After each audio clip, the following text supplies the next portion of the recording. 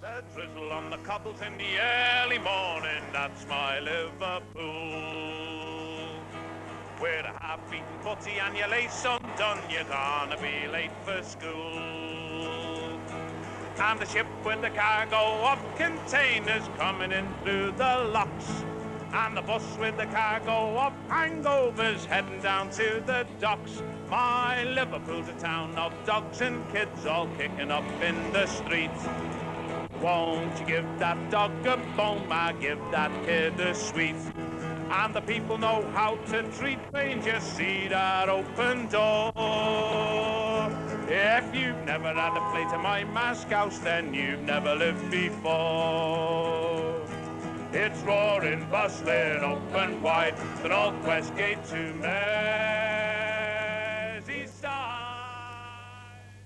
There's no place like a Liverpool alehouse.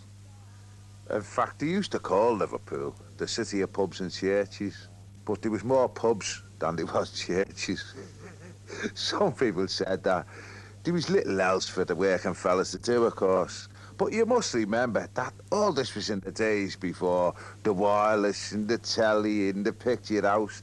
And nowadays it's the squash courts and the recreation centres and the videos.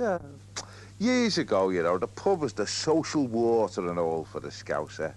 Because he couldn't use the excuse that he was going off to his gentleman's club, like the posh fellas always did. So it was an accepted fact to some and a necessary evil to others. But you can say what you like. The pub played an immense part in the life of Liverpool. Ah, yeah.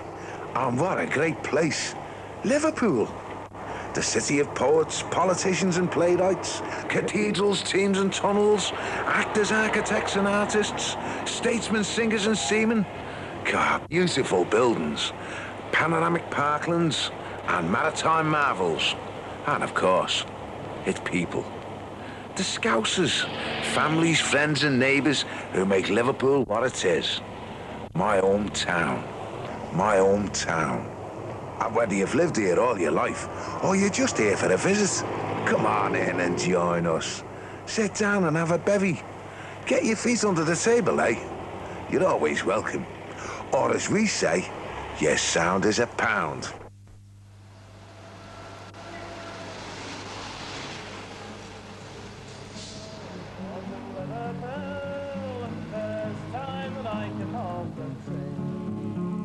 We got paid off at the home from the port of Sierra Leone, and £4.10 a month it was me pay. With a pocket full of tin, I was very soon taken in by a girl with the name of Maggie May. All together, oh Maggie, Maggie May, they've taken her away, and she'll never walk down Lime Street anymore. For she wrote so many sailors and captains of the whalers that she was cruising up and down old Canning Place. She'd a figure so divine, like a frigate off the line. So me being here to say that I gave chase. Next morning I awoke, I was flat and stony broke, no jacket down.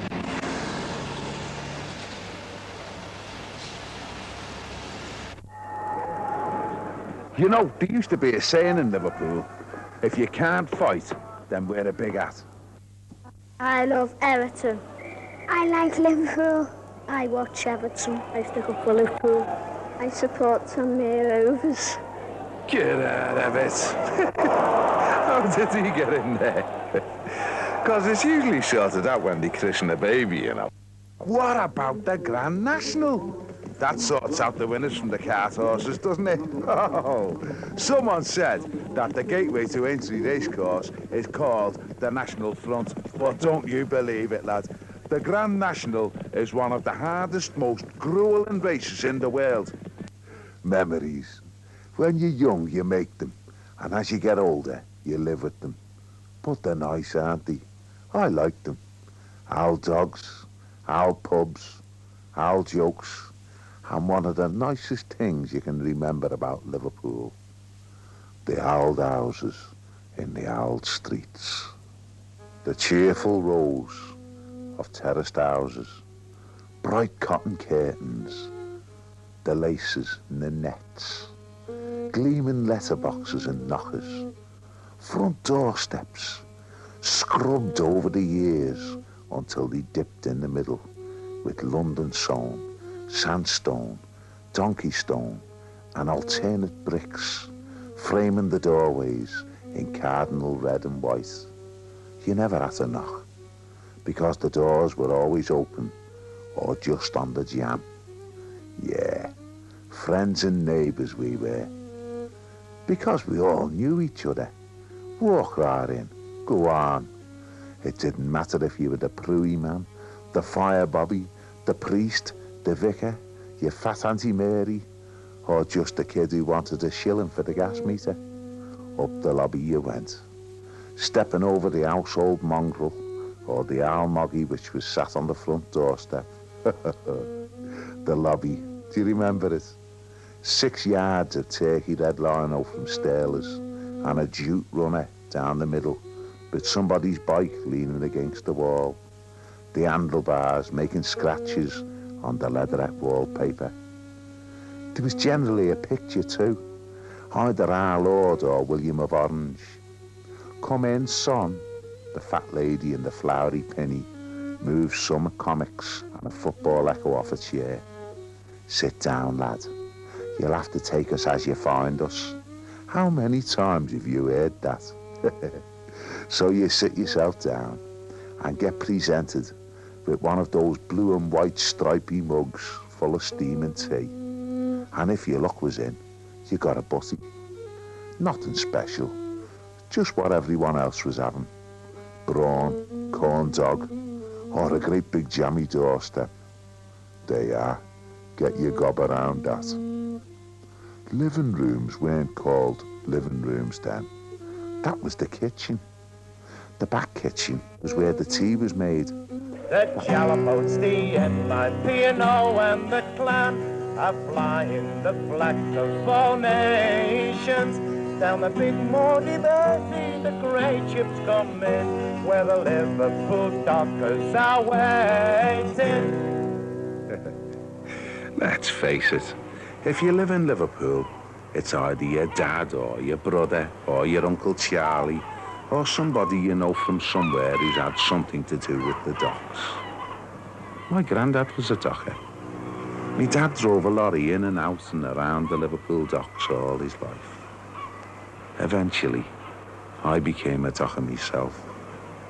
When I was down there, I looked around me at all the fellas from round our way and I thought, hey, we all went down the docks. You know, they have a sense of humour down there, that's all their own.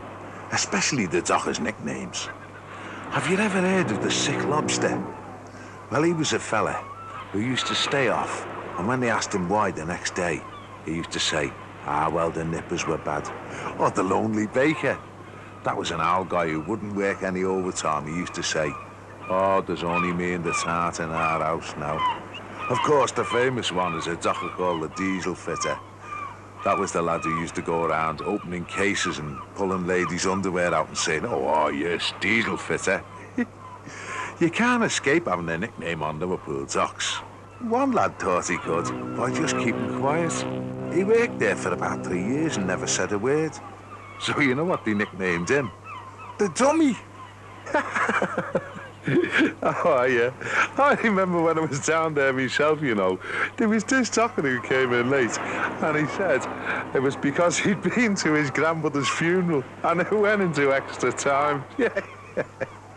A lot of the lads, you know, on the docks, they were originally in the Merchant Navy first, they were seamen, but they packed in going to sea. But in Liverpool, they don't call it packing in going to sea. In Liverpool and down on the docks, we've got our own name for it.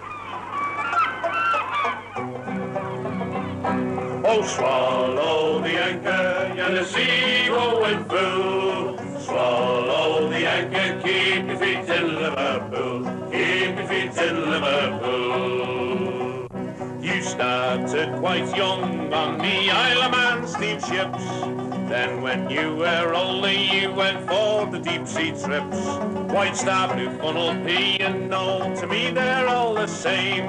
You spend your poke and come home rugged, then go to sea again. Oh, swallow the anchor, you're a sea going full. Swallow the anchor, keep your feet in Liverpool, keep your feet in Liverpool.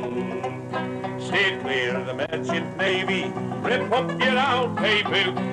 All those good discharges, they aren't worth second loot. Stay out of